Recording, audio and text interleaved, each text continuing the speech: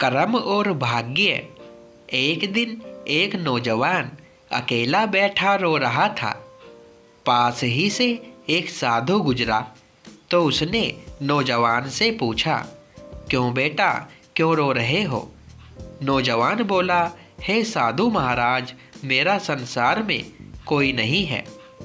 साधु नौजवान के पास बैठ गया और पूछा, बहुत दुख हुआ, क्या हुआ तुम्हारे माँ पिताजी को?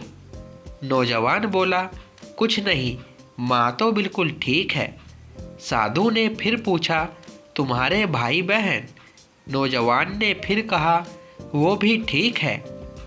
साधु समझ नहीं पाया और नौजवान से पूरी बात बताने के लिए कहा। नौजवान बोला, मुझे इतने वर्ष लग गए यह जानने के लिए कि मेरा कोई नहीं है और किसी को भी मुझसे लगाव नहीं है, न माँ पिताजी को न भाई बहन को। मैंने सबके लिए इतना कुछ किया, परंतु सब न जाने क्यों मुझसे इतनी नफरत करते रहे। मैंने तो किसी का कुछ नुकसान भी नहीं किया, बुरा नहीं किया, कभी किसी से धन की लालसा नहीं रखी। साधु परेशान हो गया कि आखिर बात क्या है। उसने नौजवान से अपनी कहानी सुनाने के लिए कहा। नौजवान ने सुनाई अपनी कहानी। जब मैं छोटा था तो एक बार मैं बहुत बीमार हुआ। मुझे बताया गया कि मुझे एक डॉक्टर ने बचाया। पढ़ाई के लिए मेरे स्कूल इतने बदले कि मुझे खुद पता नहीं कि मैं किस स्कूल से पढ़ा हूँ। थोड़ा और बड़ा हुआ तो मेरे माँ पिता ने मुझे अकेले रेलगाड़ी में बिठाकर चाचा के घर भेज दिया पढ़ाई करने के लिए। मैं साथ में बैठे एक यात्री की उंगली पकड़कर घंटों बैठा रहा। केवल 8-9 वर्ष का था मैं। 6 वर्ष बाद में वापस आया तो फिर पढ़ाई के लिए दूसरे शहर भेज दिया। फिर नौकरी लग गई। फिर नौकरी के लिए शहर से बाहर चला गया। वर्षों अकेला रहा और जब भी माँ पिताजी या भाई बहनों के पास मिलने आता तो कोई सीधे मुंह बात नहीं करता और सभी अनादर करते। फिर शादी हो गई तो माता पिता ने घर से निकाल दिया। फिर भी मैं साथ निभाता रहा। मैंने और मेरी पत्नी ने मिलकर परिवार को जोड़ने की बहुत कोशिश की, परंतु कोई भी हमसे रिश्ता रखना नहीं चाहता था। साधु की आंखें नम हो गई और साथ ही नौजवान की आंखें भी। नौजवान ने आगे बताना शुरू किया।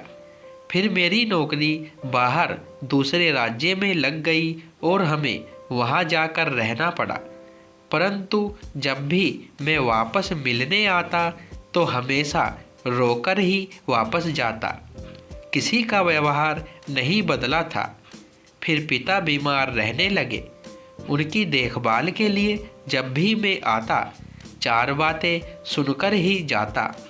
फिर एक दिन उनकी तबीयत और बिगड़ गई और उनका निधन हो गया। साधु ने नौजवान के सर पर हाथ रखकर उसको शांत करने की कोशिश की, परंतु नौजवान अपनी बात सुनाना चाहता था। नौजवान ने फिर बताना शुरू किया। मेरे पिता की मृत्यु पर कोई नहीं आया और केवल मैंने और मेरी माँ ने पिता की मृत्यु के बाद के सारे कार्य पूरे किए। हैरान था कि जिन बच्चों को हमेशा मेरे माँ पिताजी ने सबसे ज़्यादा प्यार किया, आर्थिक सहायता दी, वो मेरे पिता के गुजर जाने के बाद इतने दूर कैसे हो गए और सबने कहना शुरू कर दिया कि अब मुझे ही अपनी माँ का ख्याल रखना है और अपने पास रखना है। अब उनको माँ से कोई मतलब नहीं। साधु भी परेशान हो गया और नौजवान से आगे बताने के लिए कहा। नौजवान ने फिर बताना शुरू किया। मैं अपनी माँ को अपने साथ दूसरे शहर ले गया, परंतु हैरान था कि वहाँ भी मेरे ही घर में रहकर वो सारा दिन मेरी और मेरे परिवार की बुराई मेरे भाई बहनों से करती रहती। मैंने उनका बहुत ख्याल रखा। पहले वो खाना खाती, फिर हम खाते, परंतु महसूस हुआ कि उनका मुझसे या मेरे परिवार से कोई भी लगाव नहीं था। कुछ दिन रहकर उन्होंने वापस अपने शहर जाने की जिद की और मैं उनको वापस ले आया। फिर वही शुरू हो गया। मेरे लिए मेरी माँ और भाई बहनों के दिल में केवल नफरत ही थी। जो भाई बहन अपने खुद के पिता के देहांत के बाद मिलने भी नहीं आए, वही मेरी माँ को सगे लगते थे। मैंने अपनी माँ को बहुत समझाने की कोशिश की, परंतु वो नहीं मानी। आखिरकार वो मेरे छोटे भाई के घर रहने चली गई और वहीं रहने लगी। फिर क्या हुआ? साधु ने पूछा। फिर एक दिन अचानक उन्होंने वापस आकर फिर मेरे साथ रहने का फैसला किया, परंतु अब मैं तैयार नहीं था। मेरा परिवार इन सब घटनाओं से बहुत परेशान हो चुका था। अब आगे इस सहन करने को तैयार नहीं था। जिस माँ पिता ने, भाई बहनों ने इतने वर्ष तक मेरा सिर्फ शोषण किया हो, आज मेरी मदद मांग रहे थे, क्योंकि माँ को कोई भी रखना नहीं चाहता था। फिर भी मैं कुछ नहीं बोला और माँ मेरे पास रहने लगी। परंतु फिर उन्होंने वही मेरे और मेरे परिवार के बारे में मेरे इन्हीं भाई बहनों को उल्टा सीधा बताना शुरू कर दिया। रोज़ घर में झगड़े होने लगे और हार कर मैंने अपनी माँ को वापस उन्हीं के घर छोड़ने का निर्णय किया। नौजवान ने बताया। साधु ने सारी बात सुनी और पूछा, फिर तुम रो क्यों रहे हो? नौजवान ने कहा, हे साधु महाराज, मुझे यह समझ नहीं आ रहा कि शिकायत तो मुझे थी, शोषण तो मेरा हुआ, बुरा भला तो मैंने सुना।